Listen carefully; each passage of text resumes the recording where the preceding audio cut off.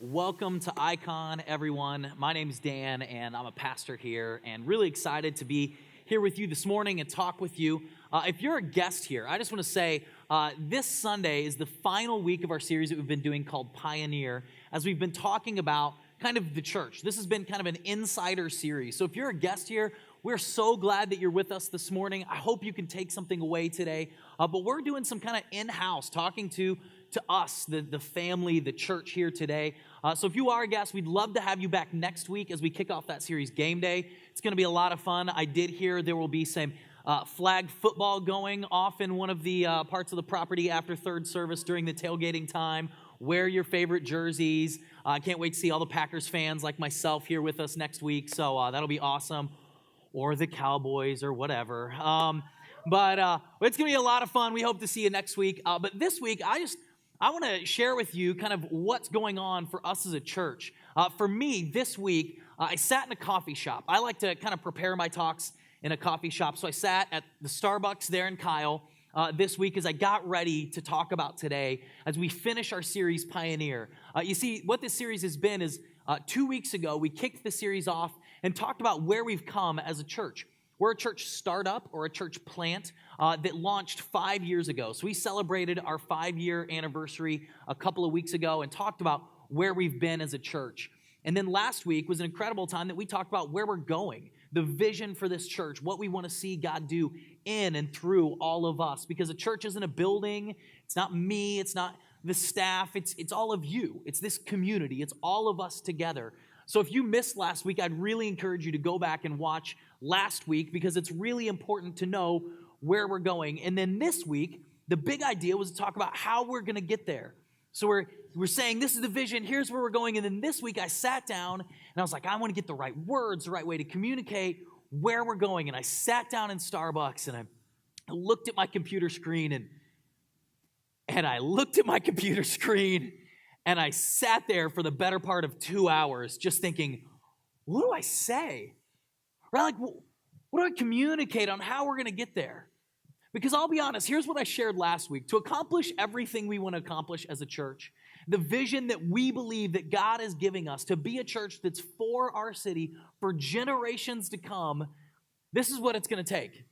It's going to take us raising $1.1 million by the year 2020. That's 16 months from now. And if you haven't noticed, we don't have very many millionaires or billionaires in the church, unfortunately. If you are, we can talk later. But here's the thing, we're just a bunch of regular people, right? And I look at this, and this is the vision that we believe God has for us. And I sat at my computer and I thought, what do I say? Right? Like, what do you say to, like, how are we going to do this?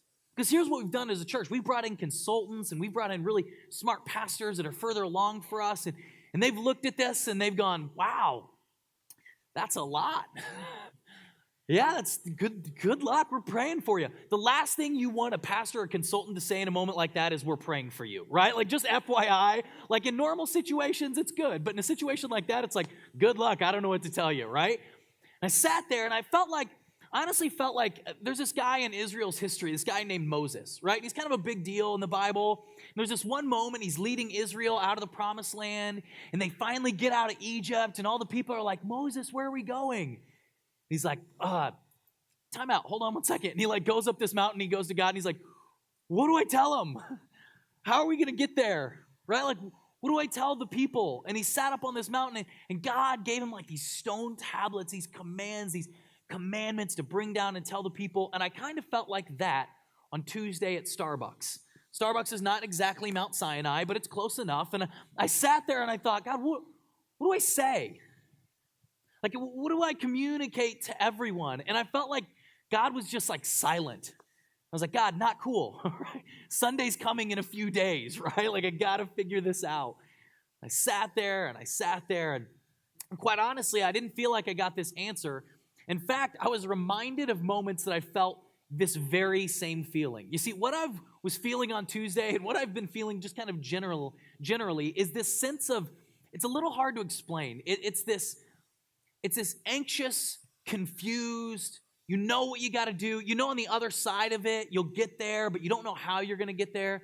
Maybe for you is you took like the SATs and you knew it was really important. and you knew it really mattered, and you looked at certain questions, and you knew since it was a question, there had to be an answer, you just had no clue what it was, right? Like, or maybe you find out that you're pregnant and you know your budget can't afford it. Been there, right? We got 4, right? And you're like, I know we're gonna figure it out, right?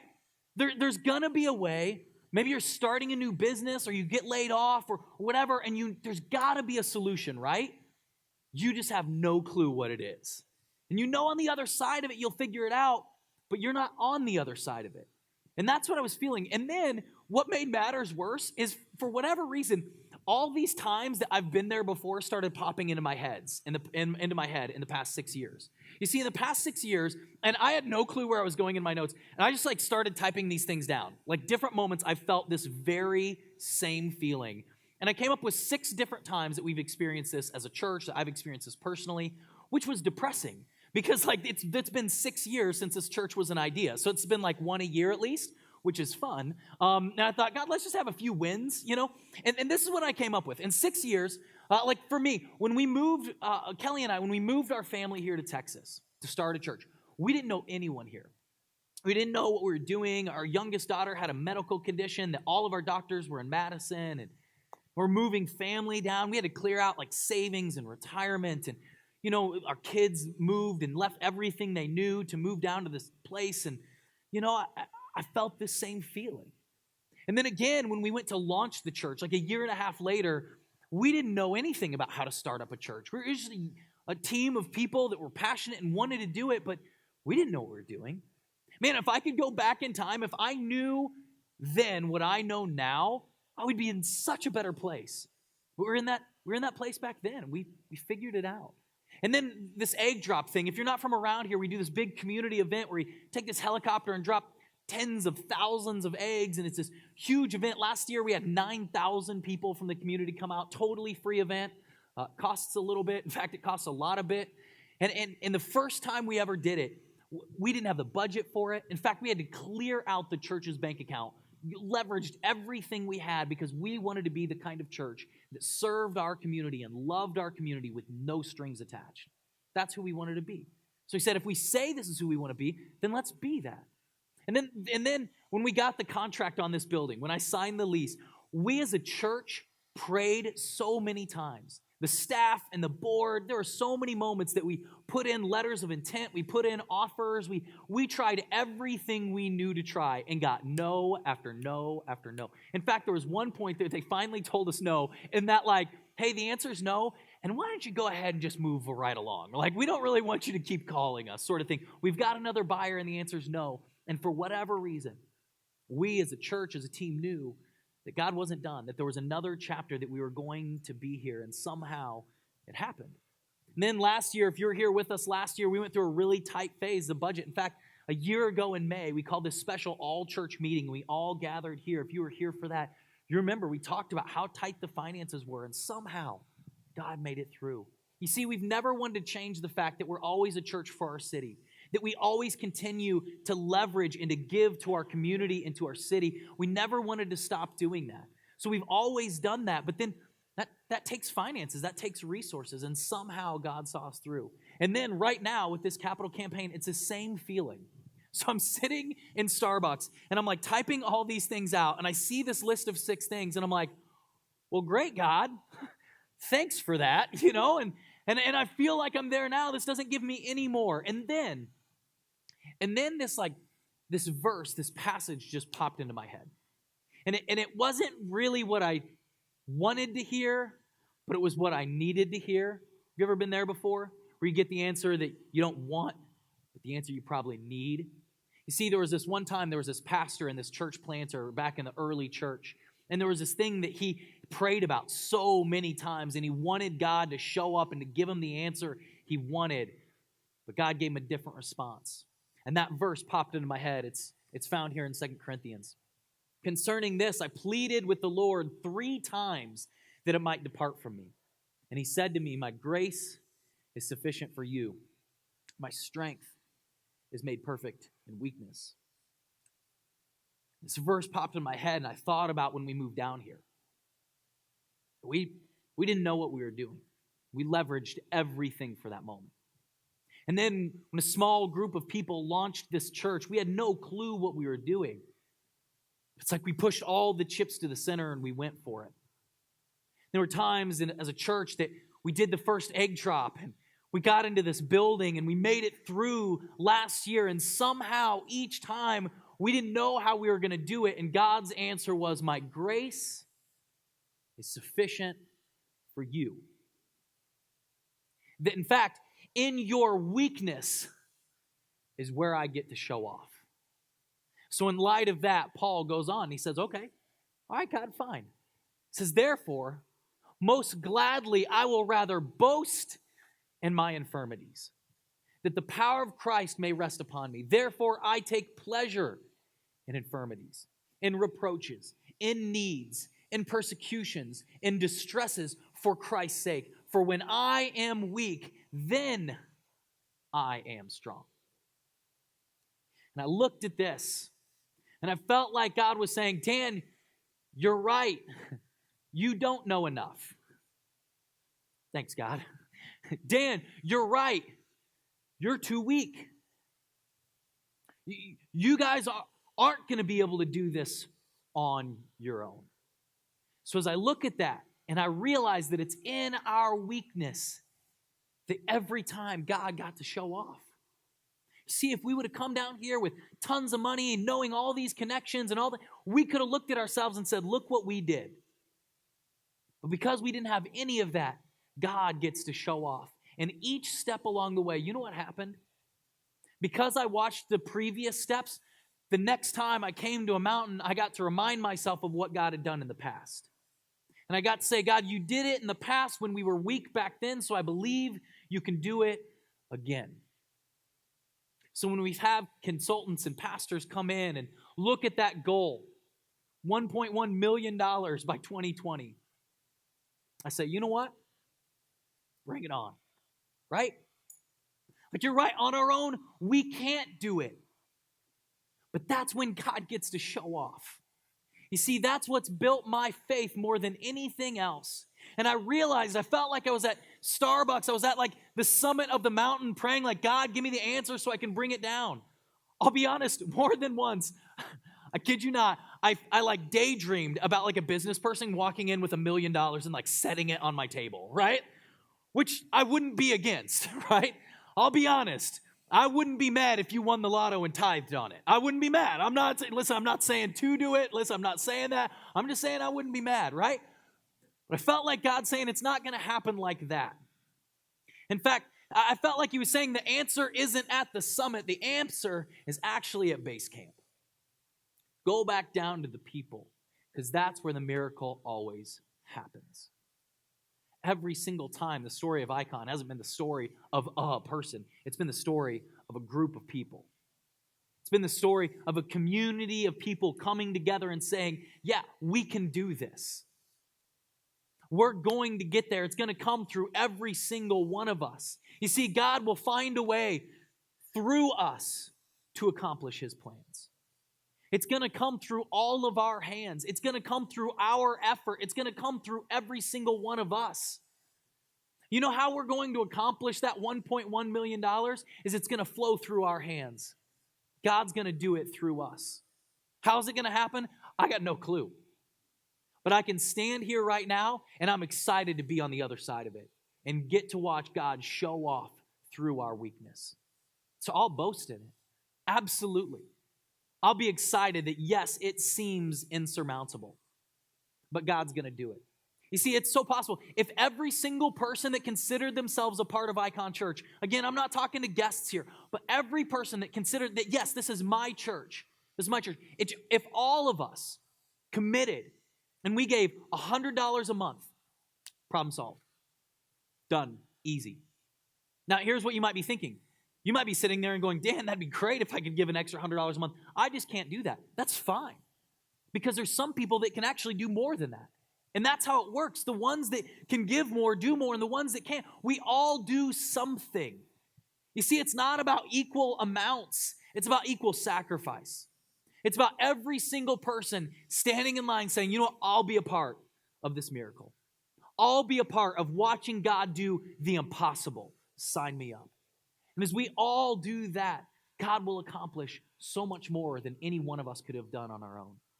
See, in fact, there was this moment that Jesus was watching something like this take place. There's a moment that Jesus was in the temple watching people come and give their tithes and their offerings to the church, which I think would be a little intimidating if you're me. Like, if you imagine Jesus as the offering buckets pass by, he's like, just drop in there. Okay. All right, what about you? I don't know about you. That'd be a little intimidating. I'd be like, Jesus, easy. Right? And I'd like drop it in. But anyway, that's what he's doing. And he's like watching, and he sees this one widow come forward and drop in what's the equivalent of a couple of cents. And Jesus grabs his disciples. He's like, hey, come here. Did you guys see that? And they're like, yeah, you just dropped in a couple pennies. That's great. And he's like, no. She gave more than anyone else here today. I'm sure the disciples were like, Jesus, you're bad at math, right? The tax collector guy's like, Jesus, I'm sorry, let me explain. Dollars are bigger than pennies, right? So he's like having that explanation. And Jesus is like, no, you don't get it. And here's what he says. He says, for they have given a tiny part of their surplus, but she, poor as she is, has given everything she has. See, it's not about who can do what. It's not about who can give the big dollar amounts and who can give the small dollar. It's about all of us saying we'll be a part of the solution. It's about every one of us buying into the vision that we want to be a church that's for our city for generations to come. See, I know enough to know that I won't be here forever. There will come a day that someday there'll be a new pastor here. And what I don't want to do is, to a future generation, give them a problem that we weren't willing to solve ourselves. I don't want to be content in just leasing this space and being fine, just kind of saying, oh, we'll figure it out later. We need to buy this building, buy this land now, so the future generation doesn't come along, and when they try to buy it, it's millions and millions and millions of dollars more because prices in this area went up. We need to take care of this problem now. We want to be a part of the solution. So in a moment, the band is going to play, and we're going to take times to sign up and to say we're going to be a part of this. We've got these cards. And it says, for our city, join the movement. And I'm going to ask every single one of us, if you consider Icon Church your home, to be a part of this campaign. To commit to giving monthly or regularly, or maybe you just want to do a one-time gift, however you want to do it. We want to encourage you to sign up. You see, it's going to come through every single one of us. Last week, we talked about this. And maybe last week you wanted to take some time to pray about it, to talk it over, to kind of figure out what you could do in your budget. And today's the day that maybe you say, okay, here's what we decided we can do. And I'll be honest, Kelly and I, we're doing our best to lead the way. This isn't something that I and the boards and the staff that we're asking you to do that we're not doing ourselves. I say this not to boast, but I want you to know I'm pot committed in this thing. We're doing everything we can. See, 2.5 years ago when we launched this campaign, we pledged to give over half of our yearly income over the span of this campaign. And we're still trying to figure out how are we going to do this. We're giving monthly, but we've sold things and we've given money out of tax returns. And so we're a part of this too. I'm not asking you to do something that I'm not willing to do myself. I'm saying it's going to take all of us taking that step of faith. And I think some of you may actually need this. Some of you need to sign up for yourself because you need to see what's possible. You need to make a faith commitment, a pledge that you have no clue how you're going to do it. And you need to watch God show off. You need to have the same experience. I want you to have the same kind of experiences that I've had, where I've got to watch God show off. And if you're not ready today, and next week, there'll be another wall that out there by For Our City where there'll be some smaller cards like this that have different dollar amounts for giving monthly, 25 all the way up to 200. And you can take one of those cards, and so if you're not ready this week, that's totally okay. But the host team is going to come down right now, and they're going to start passing out these cards to every one of you. And it'll be a time for you to pray about and consider what it is that God might be leading you to contribute to this campaign. We're going to take some time as the band plays. I want you to remain seated. Take some time to pray and consider what God might be leading you to give, to commit to for this. And in a moment, then the host team will pass offering buckets. And it'll be a time that you can do one of two things. You can drop this in there. You can make your commitment, but it's also a time for a special offering. All the proceeds from this offering will go directly to For Our City. So if you want to make just a one-time gift, you can do that as well. On the back of these cards, you'll notice that there's a key. We talked about this last week, but there's this important moment when you sign all the paperwork, when you sign a mortgage and you commit to the bank of, yes, I'm going to give this month.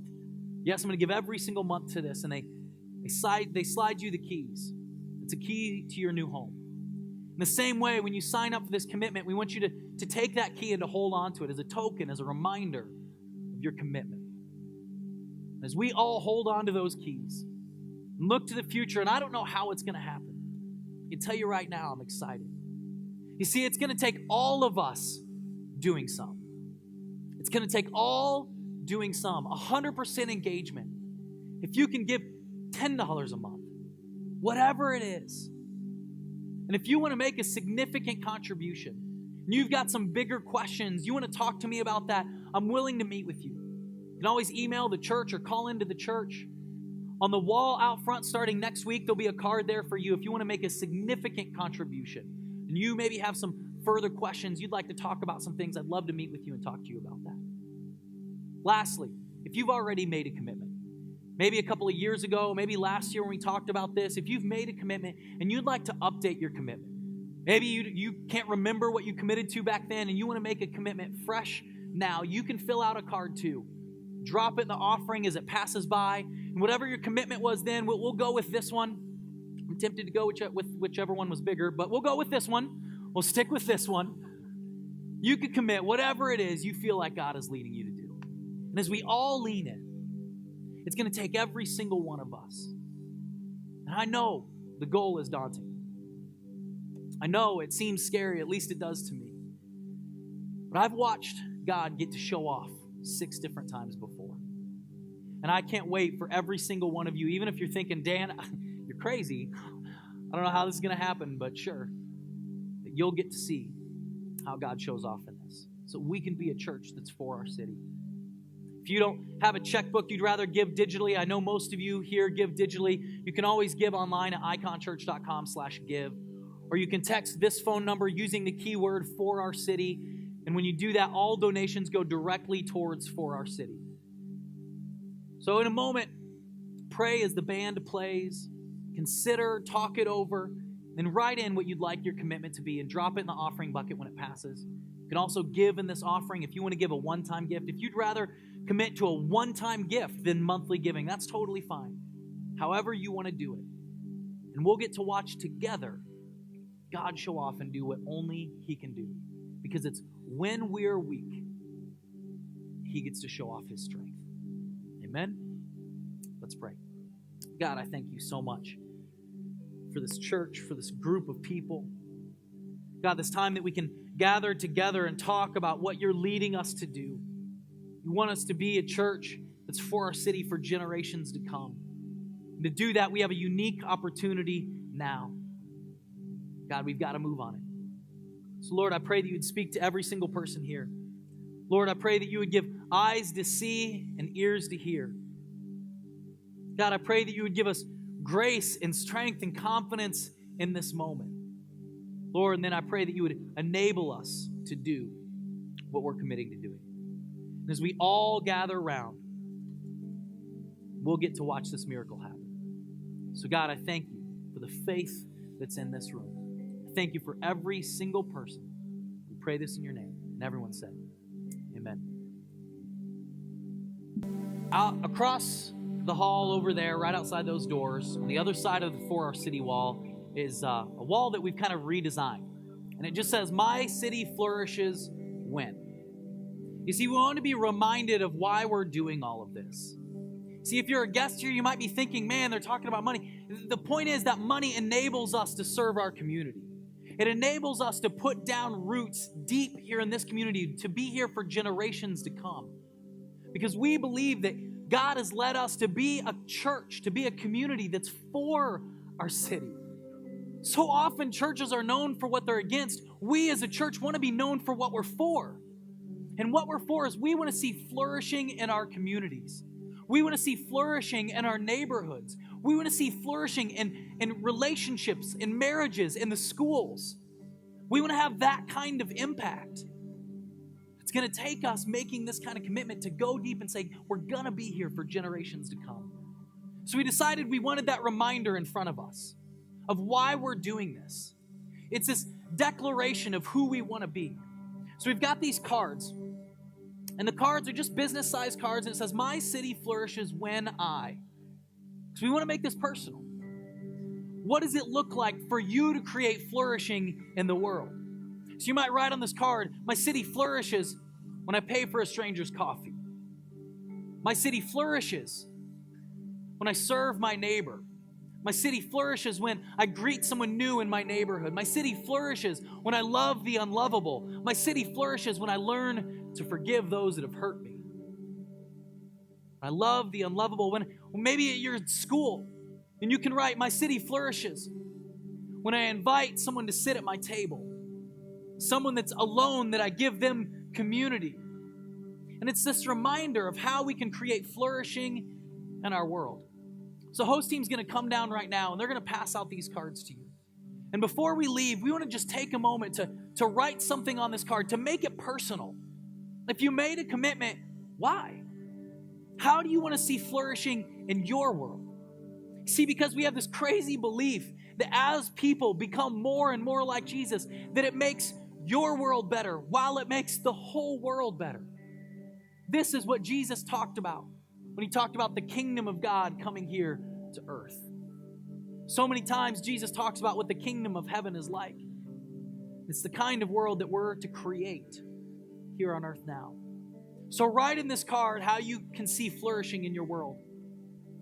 Amanda will explain in just a moment, our host, what to do with these cards, but you'll drop them off on your way out after service. But we want to start that wall off, and what we want to see is eventually that wall just be covered with cards like this. Simple ways of where and how we're creating flourishing in our world. And then in the weeks and the months to come, if something happens in your life, in your world, in your community, in your school, where you're able to create some flourishing for someone else, you're able to love someone, serve someone, take care of someone's needs, we want you to come in, and there'll be a stack of these cards, and just write your why on the card. How it is that you're creating flourishing, and pin it up there. And as time goes, we'll see more and more directly across from the 4R city wall, being reminded of the kind of church we want to be. That we'll be a church that is for our city so that it might flourish. Amen? I'd like to do something in a moment. As you fill out this card, I want to pray a prayer over all of us. A benediction of sorts. It's this kind of declaration, a prayer of who we're going to be. So would you do this? I know you might be writing on a card. We can finish that in a moment. Would you stand to your feet? Maybe we could take a posture of receiving these words that are spoken. Maybe you just want to sit there in silence and listen. Maybe you want to extend your hands, kind of symbolically saying, I receive these words, because I have a prayer for Icon Church. So allow me to pray this over all of you. Let's pray. Icon Church. I see a church that blazes the trail into dark and hurting places. A church that isn't afraid of the mess in others because they're honest about the mess in themselves. I see a people that love when others least expect it and least deserve it. I see a church that is growing in number because every number is a person and every person matters to God. I dream of a church full of people who are growing together to become more and more like Jesus. I see a group of people so compassionate and charitable that they shock and stun their communities with their generosity. May we be a church that God uses to change a city, a region, and a country. May we bring flourishing everywhere we go. May we be known for practicing justice, loving mercy, and walking humbly with our God. May we be a people that pioneer outposts of grace within an empire of disbelief. I believe we are, and I believe that's exactly what we'll do. I believe that we'll be a church for our city.